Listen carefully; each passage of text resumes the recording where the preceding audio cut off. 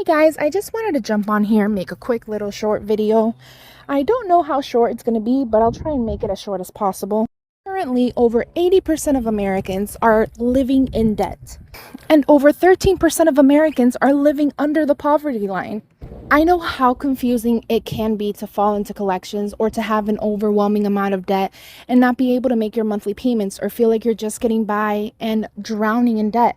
How frustrating, how upsetting, how when you go to bed at night, all you think about is how in the world are you going to make that minimum credit card payment of $65 when you know for a fact a good 90% of that payment is just going to go to the interest rates. Now, I've been working in debt settlement for quite a while, and my friends are constantly calling me and asking me questions, and I love to help them. So I decided to make this, again, short little video. I'm trying to make it as short as possible to really explain it to you guys. Unfortunately, credit cards, interest rates, taxes, and how all of that work was not taught to us in school. So this video today is pretty much going to be about debt settlement and the difference between a debt consolidation and a debt settlement and what both of them can do for you. Debt consolidation is a form of debt relief that combines multiple debts into one consolidated debt. So instead of owing money to multiple creditors and having multiple monthly payments, a debt consolidation lets you reorganize those debts into a single combined total. So basically, instead of paying $50 to both of your credit cards, you combine them and you only pay $100 once a month. You can also take out a large loan, a large personal loan, and pay off multiple credit cards or other debts. This is also considered debt consolidation because you will only have one large payment. Now be careful when it comes to debt consolidations because they do have an interest rate. Your interest rate continues and it can be very high. Also, companies do charge you for doing the debt consolidation for you. So both of those credit cards that are $50 each continuously accumulate interest rate unless, like I stated earlier, you take out a large loan and you pay them off completely. And then you're only stuck paying back one loan. Now, you could fall behind on payments and then you're still in debt. And most of all, it doesn't reduce your amount of debt. Personally, I prefer debt settlement. Now, let me start off with the cons of debt settlement, which between both of them is my favorite. And you're going to see why.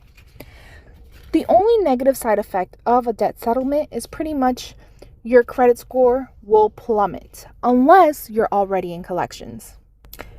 Now, a debt settlement program is not a loan, and your creditors will not be getting monthly payment, which means that your credit may be negatively affected if it hasn't been already. If you're already in collections, then this is perfect for you. If you don't have an issue with having bad credit for a little bit, then it's also a great option. One thing I could pretty much recommend you guys, if you have good credit and need to make a large purchase, like for example, if you know you're going to need a car in the next 3 months, or you know that you have to move out of your apartment in the next 2 months, or you're planning on buying a home within 4 or 5 months, then you might want to hold off on doing the debt settlement and continue, if you can, making your monthly payments. Because like I stated earlier, a debt settlement, if you are up to date on all of your credit cards and all other debt that you have and you're up to date and making monthly current payments, you have to stop making all payments so you are eligible for the debt settlement. So definitely do it now. Buy that car, buy that house, move into a new apartment before you decide to sign up for a debt settlement program. Now through the program, with a debt settlement, you're going to be making a monthly payment, and that monthly payment is a lot less than what you're paying every month based on all of your debt. So hypothetically speaking, let's say you have 2 credit cards, $50 minimum payment for each one of those credit cards. Instead of paying $100 a month for your debt settlement program, in that debt settlement, what you're going to end up paying is probably, $45, give or take? So basically, you're going to be making your small monthly payment, and that small monthly payment is going to go into a savings account under your name.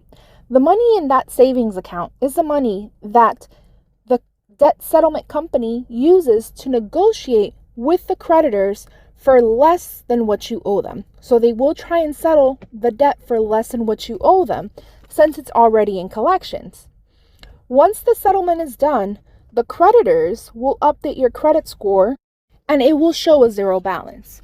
So what does that mean? Let's say you have a Capital One account. A Capital One credit card, you owe them $300. It's past due already. The interest rates are accumulating. The late fees are accumulating. Late payment fees are accumulating. So you enroll into a debt settlement program.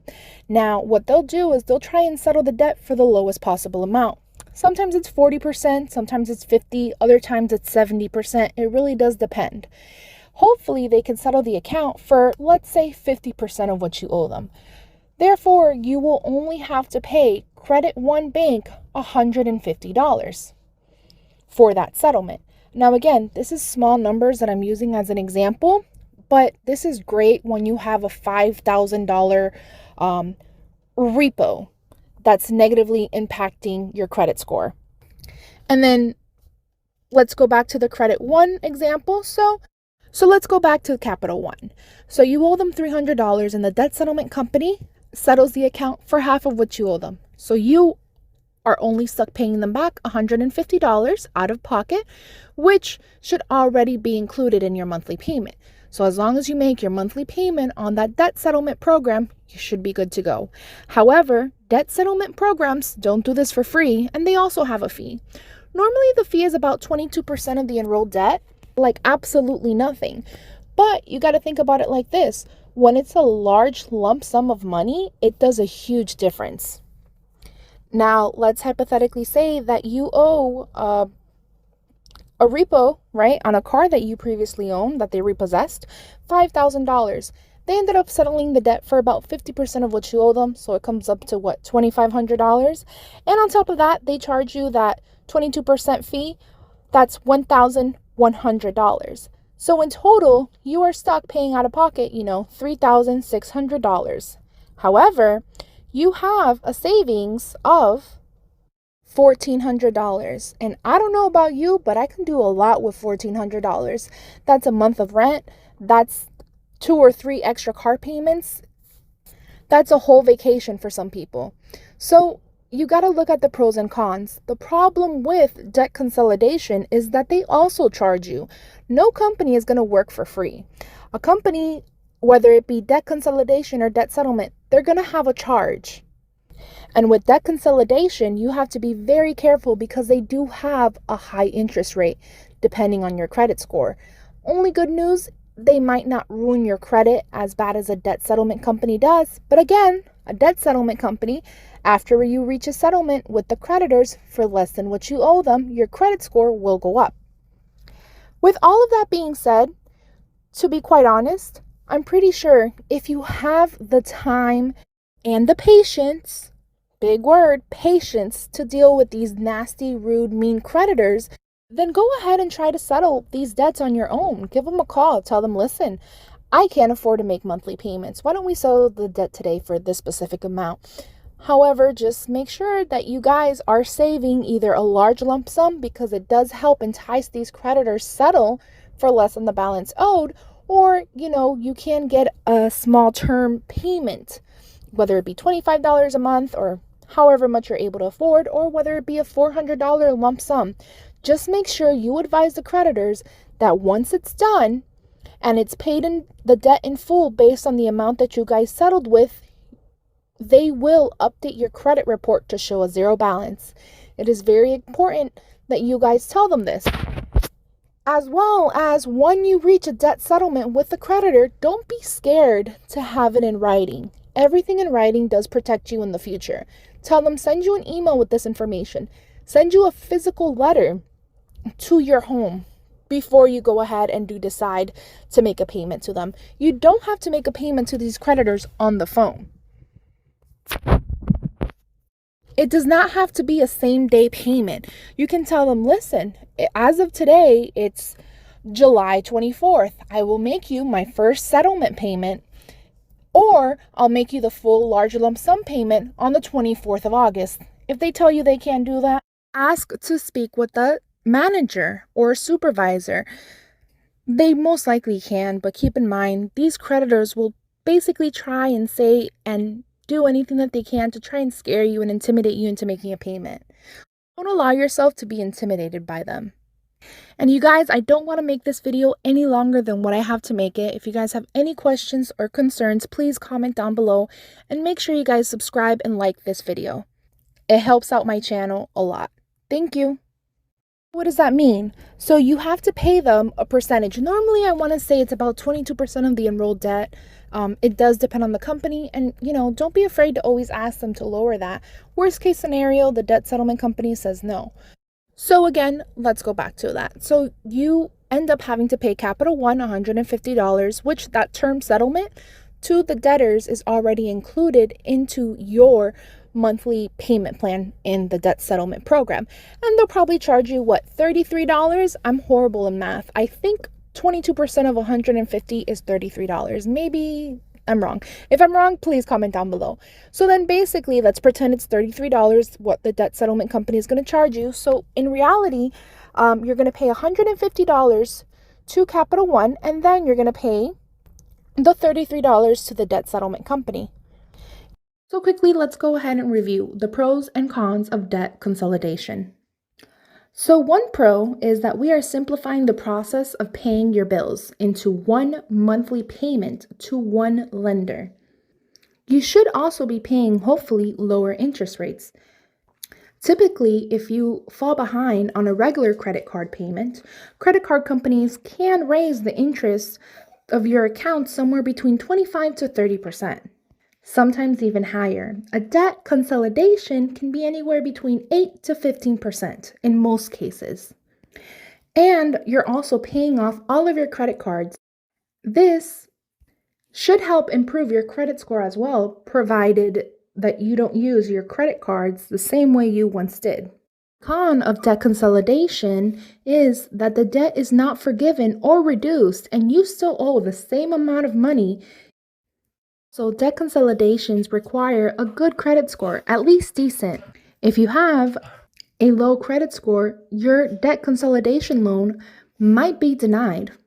Also, the interest rate on your debt consolidation loan might be the same or even higher than your credit cards. A debt consolidation can also be anywhere between 2 to 5 years before eliminating the debt completely. Balance transfers are also considered a debt consolidation. With a debt settlement program, the major pro is that you pay far less than what you owe. And the time frame for debt settlement is normally between 2 to 3 years. It really does depend on the amount of debt that you have. Also, the more money you pay into a debt settlement program, the faster you'll be in and out of the program. A negative of a debt settlement is that it will have a negative impact on your credit score. The fact that your debt is settled could also remain on your credit report history for maybe up to 7 years. Again, it all depends on the actual creditor that we settle with or the company settles with. However, I've seen that your credit score can go about 26 points up after it's negatively affected. That's per creditor. So on average, about 26 points up to your credit score. So if you started off after you signed up in the program with a 600 credit score, after we settle the balance for less than what you owe, it can go up to 626 per each creditor. Like I said, it's about 26 points, give or take. And again, companies charge fees. Debt settlement companies charge a fee, which is usually based on the percentage of the balance owed. So it's, again, normally 22% of the enrolled debt, but you can always ask a company in good faith to lower that for you. For people who are honestly helpless with their financial situation and are already in collections and don't want to declare bankruptcy, debt settlement could definitely be a short-term answer. However, with either debt settlement or debt consolidation, the main thing you have to learn is how to live within your needs. Inform yourself about credit cards in the future so when you do build up your credit and you have another credit card, you don't misuse it. And I know that's so much easier said than done, especially when Unfortunately, your car might break down, might need to do a home repair to the roof that's leaking. God forbid your pet is ill and you need to take them to the emergency vet. Trust me, I understand all those cases, but again, the best way of you not falling into the same hole again is definitely self-control and don't live beyond your needs. And if possible, always save just for a rainy day because you don't know when your car might break down or you might have a nail in your tire and need to get a brand new tire. Now, debt relief versus bankruptcy. This honestly should be a whole video in itself. If you tried a debt settlement or debt consolidation and neither is able to eliminate your debt in less than 5 years, bankruptcy is a viable alternative. Bankruptcy laws were written to give people a fresh start. However, really think about your situation. In total, you're going to be spending $180. Filing for a bankruptcy can stop foreclosures, wage garnishments, and debt collection activity while getting rid of unsecured debts. So it's definitely something to think about. Now, if you're over the age of 80 and you're on Social Security income or disability, honestly, you guys are federally protected. The worst they could possibly do is put a lien on your property if and only if you own your home. And let's be honest, 9 times out of 10, you guys are planning on passing away in the comfort of your own home. I would honestly tell these creditors to suck it. Ignore their calls, block their numbers, and live the best 3 to 5 years, maybe if you're lucky, 10 years of your life that you have remaining. Yes, your credit is going to be horribly impacted, but let's be honest, do you really need your credit? Are you really planning on getting a freaking Mercedes at the age of 82? Live off of what Social Security income gives you, which, let's be honest, we all know is absolutely nothing. And you guys are barely scraping by. So, yep, that's my advice, you guys. If you guys are on Social Security disability over the age of 80, own your own home, what's the worst they can do? Put a lien on it? Oh well. They can't garnish your wages. They cannot garnish your Social Security income check because you guys are federally protected as long as there is no other cash, money, or check coming into that account.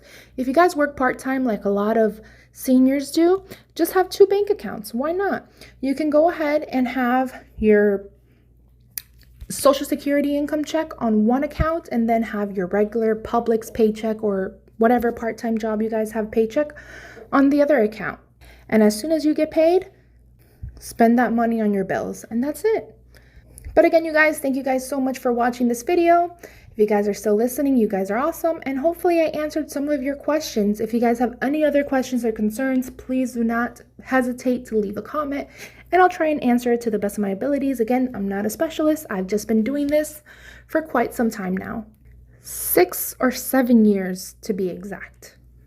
Hopefully this information was able to help you guys and give you guys some peace of mind. So with a debt settlement company, there pretty much is no limit to the amount of debt that you can add. As long as you no longer own the vehicle, you can also add, like I stated previously, repos, medical bills, as long as the time that you had whatever medical procedure you needed to have, you did not have health insurance, right? That makes perfect sense, America. So if you didn't have health insurance at that time, then yes, we can settle your debt. If you did have health insurance, unfortunately, no, you can't get the debt settled. You're better off calling the hospital and seeing if there's any way that they can help you, since technically you have insurance and they already gave you a discount for your services. And also, I'm not sure if I already stated this or not, but with a debt settlement company, all interest rate completely stops. So that Capital One credit card, I keep using poor Capital One, but a Capital One credit card that you have a 30% interest rate on will absolutely stop all interest once it goes